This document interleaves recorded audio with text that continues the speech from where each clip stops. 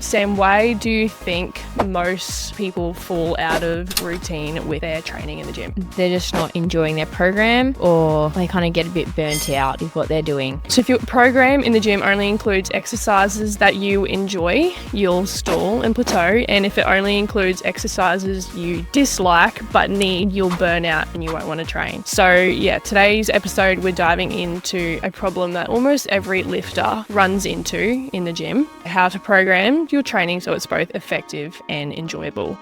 Hi guys, welcome back to another episode of the Athletic Studio Lab podcast. I'm Holly. And I'm Sam.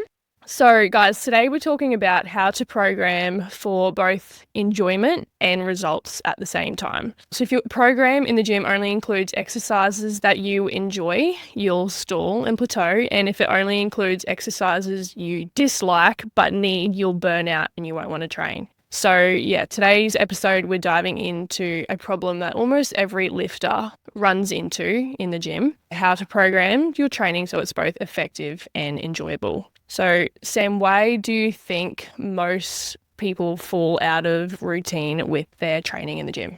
Yeah, they're just not enjoying their program, or they kind of get a bit burnt out with what they're doing. So that's why it's so important to make sure that we're, programming for somewhat enjoyment, but also making sure that, they have that goal for them as well. And that can help someone stay on track.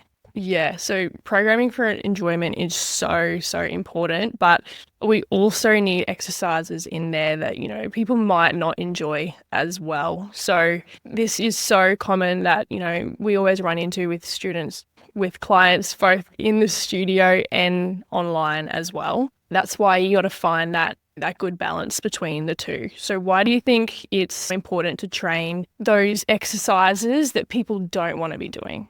Yeah, 100%. So a lot of the exercises people don't like is often what they find the hardest, And so we should be doing them sometimes, right? Sometimes we need them if it's a, quality movement pattern, squats, deadlifts, push-pull movements, stuff like that. We're going to have to keep them in to prevent injuries and just neglecting, say a whole body part. Arms is not my favorite to train. Still do it sometimes. Sometimes, yes. Sometimes. But yeah, making sure we still keep them in, but, adding in things that people like just to keep up their consistency. Because if they're not being consistent with their program, then they're not going to get anywhere. They're not going to get to their results because they're not going to go to the gym. Yeah, I think a lot of people, if they avoid certain exercises as well, you're also increasing your risk of injury because you're not training in certain movement patterns or doing specific exercises to keep other muscles strong. I mean, you've experienced this recently yourself with your own training. Yeah, 100%. Don't neglect muscle groups, guys. Doesn't end well. So that's why it's always good to, go in and out of different phases, so strength phases like we mentioned in the last episode. And yeah, got to keep training as a whole, I guess. Yeah, 100%. There's always a time and a place for different things based on, what your goal is, where you are at the time. So making sure that you have that good balance of stuff that you need to do and it's going to get you to where your goal are.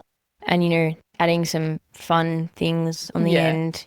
So I think a good way to think about that is so 70% of the program is your compound lifts, your hypertrophy stuff, your big movement patterns.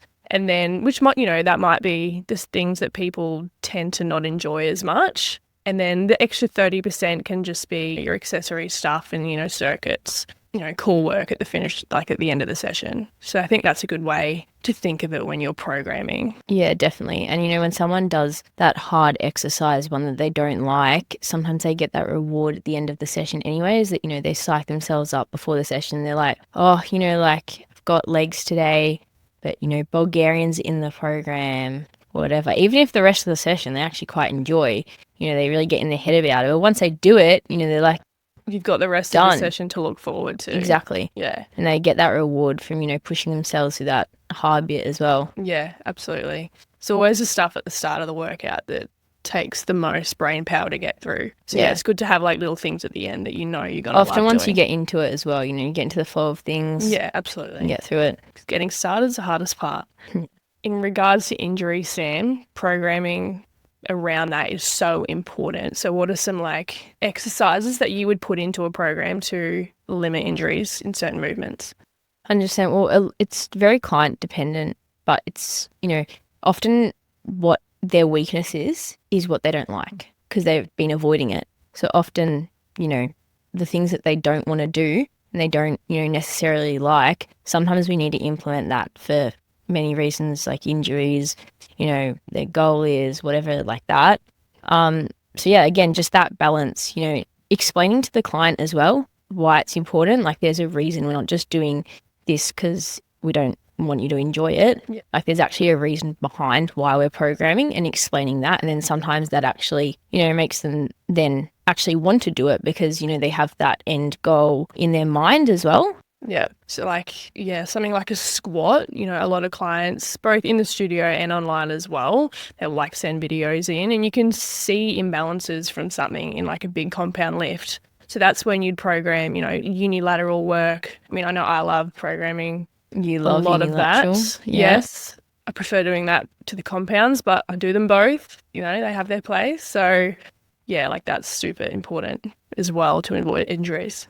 So Sam, when do you think someone should reevaluate their training program and change it up? Just some obvious things, like obviously they're finding a plateau in their lifts, even doing our mobility screening as well. Sometimes we can see some issues there where, you can see that they have, say, bad balance and stability on one leg, bad mobility through their hamstring, something like that. And that obviously gives us an indicator of what we need to work on and focus on first to then bring them up to a good level to, go back into some bigger lifts and stuff like that.